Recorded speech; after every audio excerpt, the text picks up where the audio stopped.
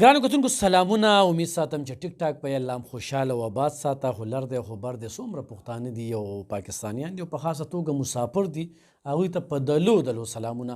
مختصر شانتې ویډیو کوم ګرانو کتونکو.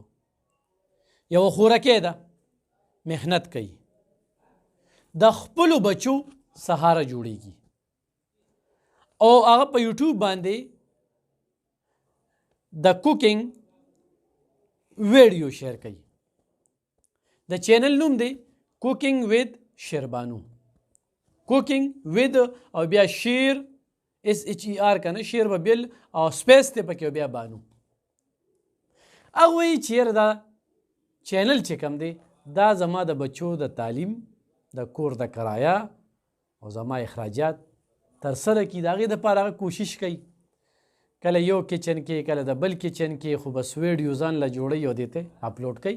خو چونکې چینل یې هغه شانتې خلکو نه لایک کړی دی، نه ویډیوګانې ګوري، نه سبسکرایب دی، نو زموږ سره د ډېر وخت نه رابطې وې او د دغه چینل دپاره یې فریاد کوو چې دا چینل مې مخکې لاړ شي. نه د چا نه سوال کوم، نه خیر غواړم. ډېر انتخابي غربت سره دې وخت کې د بچو د تاسو دا ویډیو ګورئ، دا کاغذونه که نه، دی د بچو د پیس او د کرایه او د سټیشنرۍ بیل دی، د هغې د وجې په بچو سبق مخکې نشي ویلی. ګرانو کتونکو، د دې چینلو په وجه باندې ډېر خلک مالامال شو، خو لکه ډېر خلک په طریقه باندې هغه میسج هغه خلکو ته ښودنه، خپل تجربات شریکوي او ډېر خلک په کمرو کې ناست دي، کله د چا په ذات باندې اټیک کول، کله د چا په ذات باندې اټیک کول. موږ کنځلې ډېرې زیاتې ګورو، ډېرې کوکې چې یو سړی وایي هغه ګورو، چغې سورې ګورو. خو د داسې خلکو قسمه خلکو چینل لایک کول چې کم دی، نو دا الله سره یو تجارت کول دی.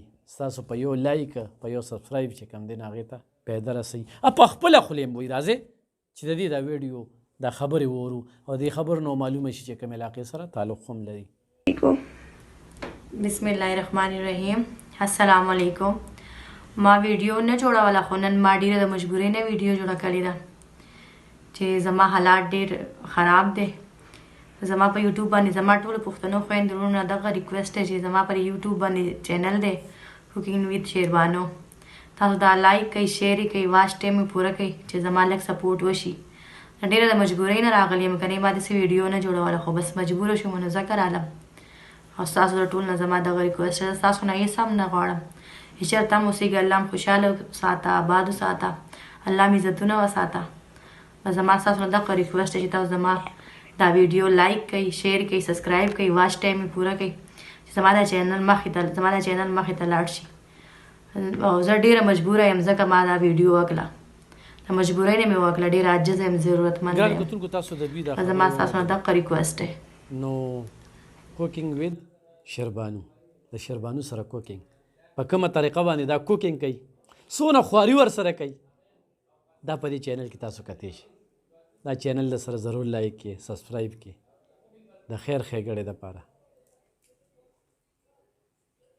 ډېره عزتداره زنانه، خو هغه وایي چې په کور باندې زه د خپلو بچو سهاره جوړه شم او د دې چینل واچ ټایم پوره شي او په دې باندې لایک راشي. به د هغې خواهش دی څونه وخت کې دا لایک کېږي، څونه وخت کې دا مخکې ځي، زما د اندازې مطابق ډېر وخت به اخلي. خو چېرې تاسو دې طرف ته توجه شوی، زما چې څونه مینه وال دي زما په دې چینل باندې، په دې یو باندې 3 لاک سبسکرایب دي، څه 10 زره کم، او په دې بل باندې 18 زره دي. نو خو دا لایک هم ورته ټول لاړل، نو د هغې پرې ډېر څه کېږي. یا د فیسبوک د لارې څوک دا ګوري، نو دې چینل ته راشئ، کوکینګ وید شیربانو.